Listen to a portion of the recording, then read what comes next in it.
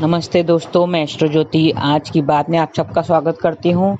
आइए आज की बात कर लेते हैं। आज बहुत ही शुभ दिन है, शुक्रवार का दिन है, माँ लक्ष्मी का दिन है। तो आप माँ लक्ष्मी के आगे घी का दीपक जलाएं और मंत्र जाप करें।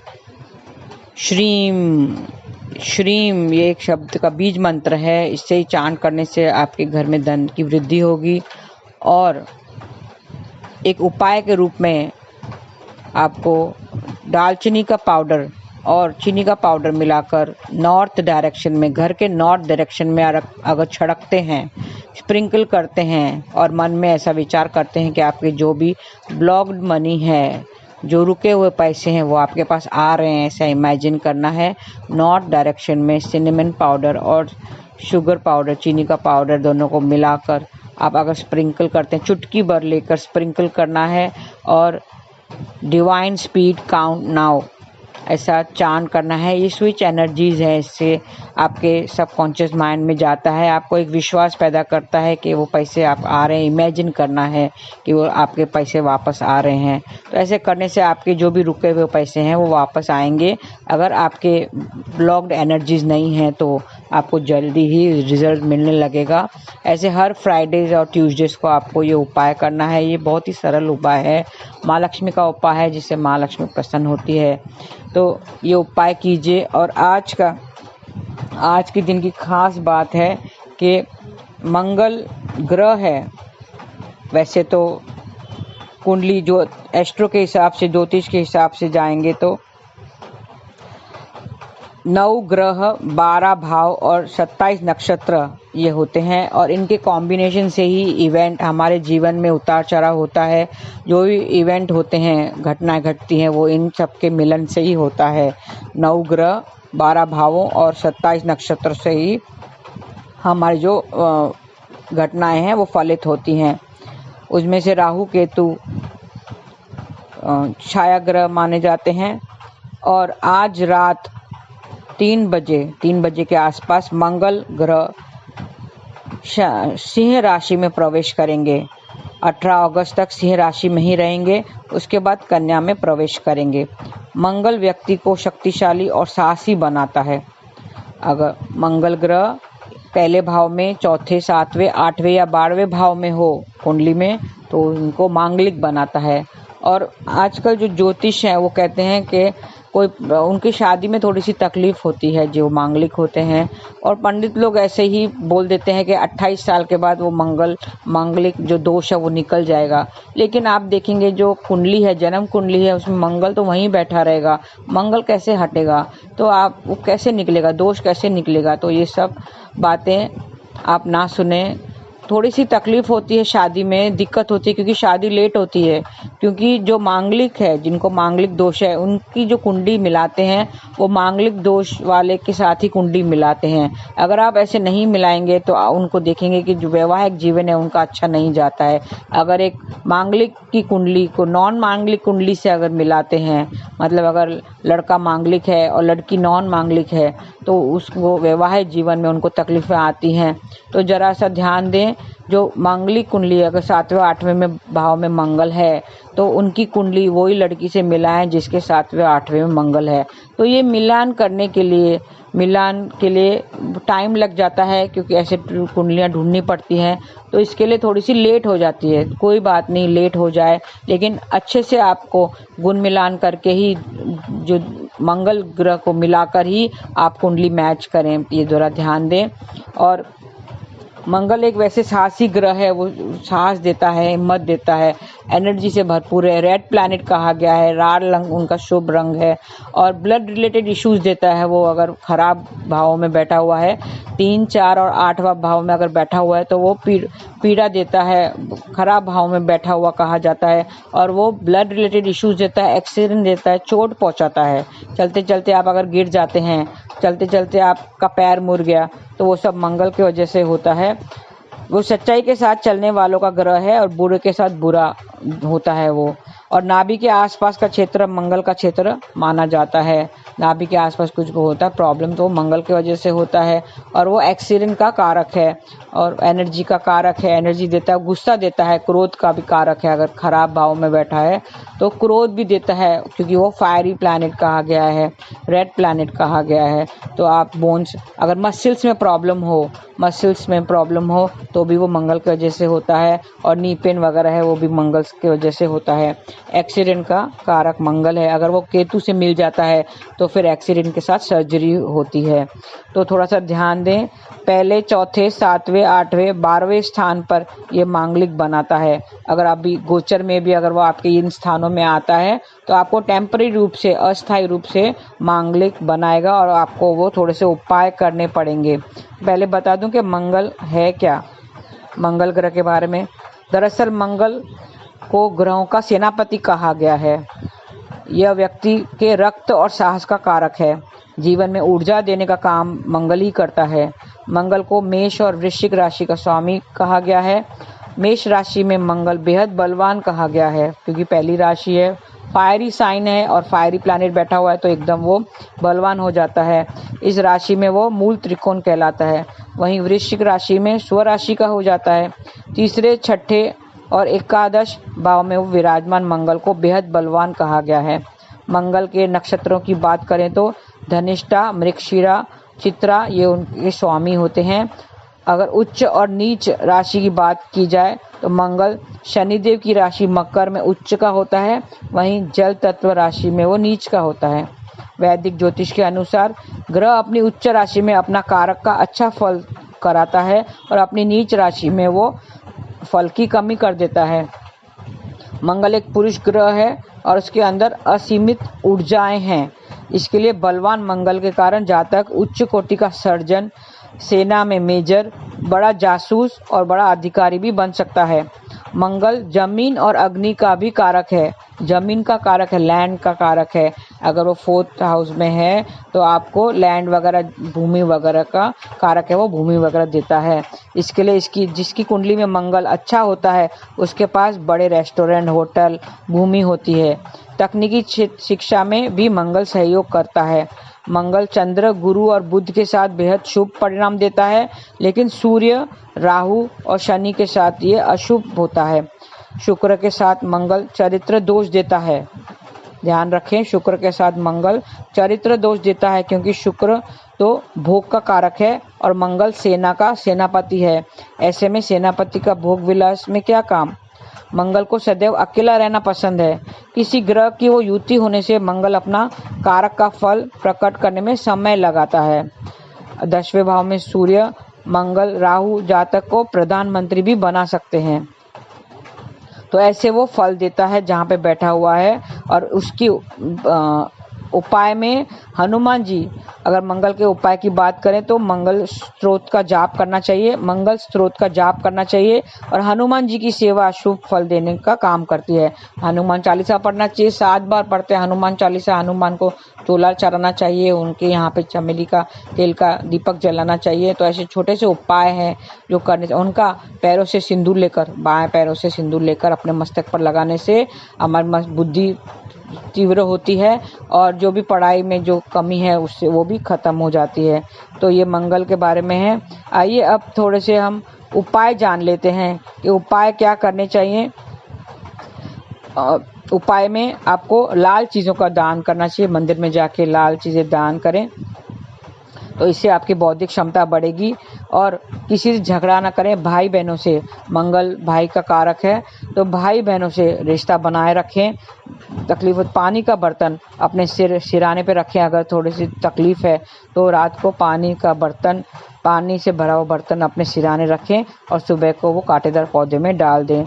तो ऐसे थोड़ा सा उपाय करने से आपके जो है, अगर आप स्थायी रूप से मांगलिक बन रहे हैं, मैंने कहा था अगर पहले house, 4th house, 7th house, 8th house या 12th हाउस में आपका मंगल आ रहा है तो आपको वो उपाय करने पड़ेंगे। थोड़ी सी सावधानी को बरतनी पड़ेगी। अपना व्यवहार अच्छा करना है, भाई बहनों से रिश्ता बनाना है और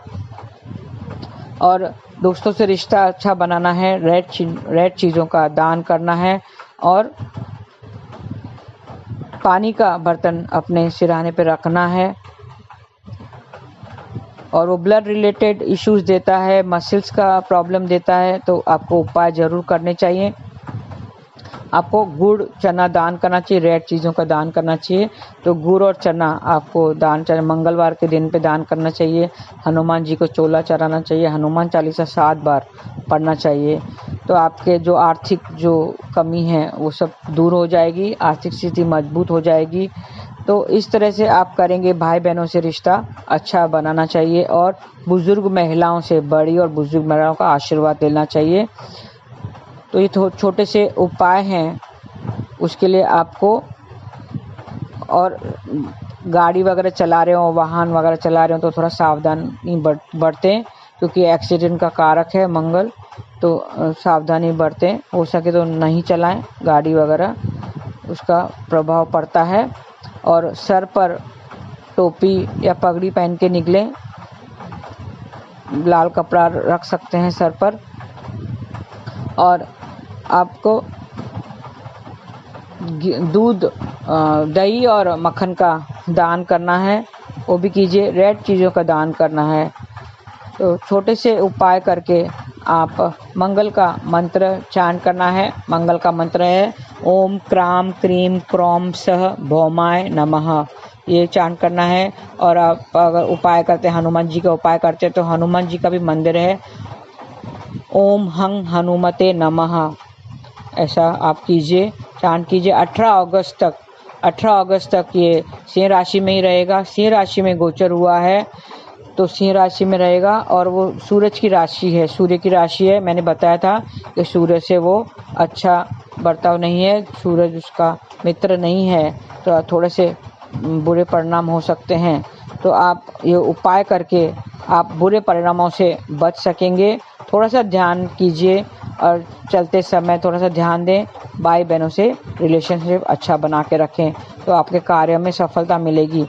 तो कार्यों में सफलता मिलेगी। और आप टेम्पररी रूप से अगर मांगलिक बन रहे हैं तो ये मंगल के उपाय मंगलवार को करने हैं। हनुमान जी की पूजा आराधना करनी है, हनुमान का चोला करना है, मंगल स्रोत का पाठ करना है, और लाल चीज़ों का दान करना है, और सिंदूर, पैरों से सिंदूर लेकर अपने मस्तक पर लगाना है।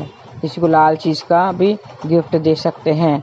तो रेड चिन्हों से कनेक्टेड रहिए, तो आपके जो बुरे परिणाम है, जो गोचर के जो बुरे परिणाम है, वो आपको नहीं मिलेंगे। तो ये थी मंगल की बातें। अब थोड़े कृष्ण कथा की बात कर लेते हैं। सुख और दुख की हम बात करते हैं, क्योंकि ज़िंदगी में सुख और दुख तो लगा ही रहता है। सुख दुख की बात करें, पूरा जीवन भर हम अटके रहते हैं सुख और दुख की बातों में, दुखों में अटके रहते हैं। क्या दुख आता है? क्या हम कहते हैं कि दुख आ रहा है, मेरे पास दुख आ रहा है? क्या हम ऐसे कहते हैं? नहीं। तो कौन सी चीज़ आती है? ध्यान दें कि कौन सी चीज़ आती है। वो जब होती है तभी तो वो आती है, तो उसका होना बहुत ज़रूरी है। जो चीज़ होती है वो ही आती है। प्लेटफॉर्म नंबर 3 पर हम रोज़ गाड़ी आती है, ऐसा कहते हैं। जब वो होती है तभी तो आती है। 6 महीने से मेरे घर पे काम वाली आती है, वो होती है तभी तो वो आती है। उत्पन्न तो नहीं होती है ना, वो कहाँ से उत्पन्न होती है? उत्पन्न नहीं होती है।